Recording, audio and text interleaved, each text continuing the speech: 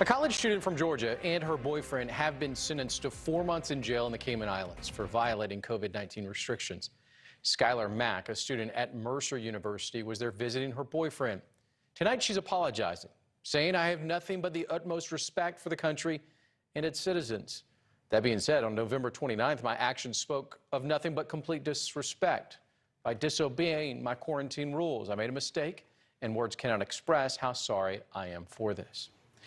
Their sentence is being appealed. The court will hear the case at a special sitting on Tuesday morning. And tonight, Skyler's grandmother, Jeannie Mack, is joining us tonight.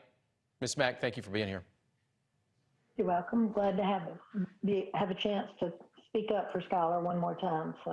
What was your and your family's initial reaction when you heard about the sentence of 4 months in jail?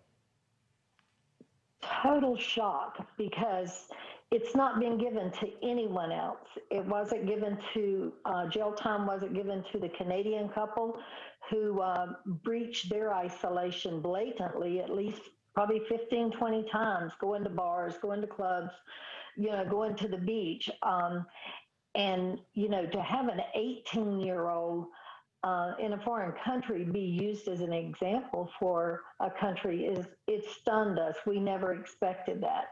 She had already, paid her fine, set up her community service, doing everything she could do right to make up for this. She's very apologetic. She knows she made a mistake. Very poor decision. I'm sure she got just caught up in the moment of being over there, but and she's willing to pay for her decision. We're just asking that whatever she pays be consistent with what other people are saying. There are lots of examples of natives from the Caymans.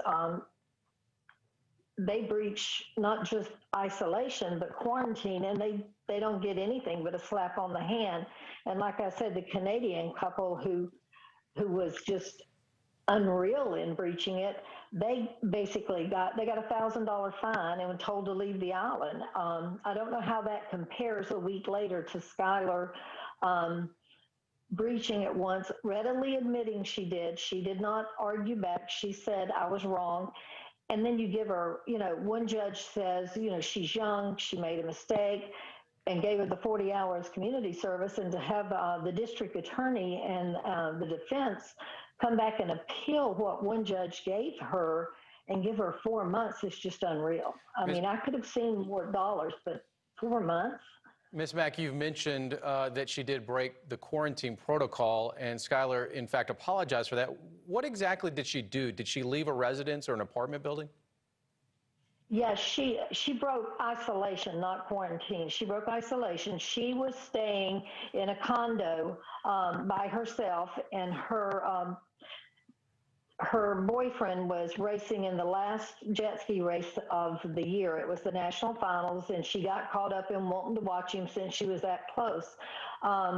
She knew she was negative. She had tested at the airport and had just gotten her results Saturday that said she was negative. So she went there. She knew she shouldn't, but she went there knowing she was not endangering anybody. She did not have COVID. So she left the isolation.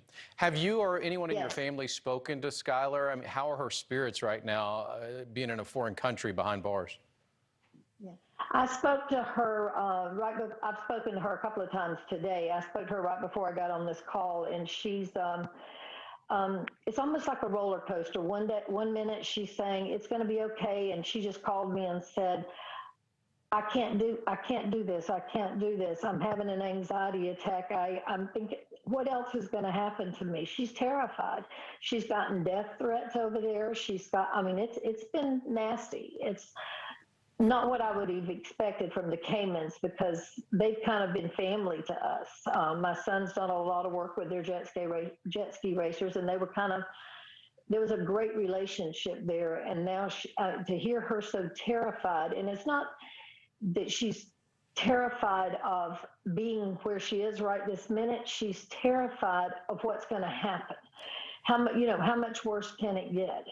And we got threats saying if we didn't quit talking to the press and stuff like that, then they were going to go after 24 months of prison for her. So all we're asking is accept the fact that she did wrong, as we do, and treat her like everyone else. Don't use an 18-year-old American girl to set an example. Ms. Mack, Use very your quickly, own people. we're running out of time. Before you go, I do want to know, have any politicians from your area or maybe the embassy there in the Cayman Islands reached out to you to express help or maybe some guidance in a situation like this? We have been dealing with the embassy in the Caymans, and they weren't very, I don't know that we got a lot of help to start with, but they are giving us a lot of support now. And locally, we've had senators and the governor and people reach out. The only strong feedback we've gotten was I wrote to the White House right before her sentencing, and then I wrote to them after the sentencing, and I received a response both times. The first time saying they were going to do a review of what was happening, and the second time, which was Thursday, they told me that they had handed this over to the appropriate federal agency to do an investigation. So, I just find I do believe it's a discrimination against the Americans that they chose her. Ms. Mack, we know Tuesday there's an appeals process. We want to thank you for your time here on NewsNation. All right. Thank you so much for having me.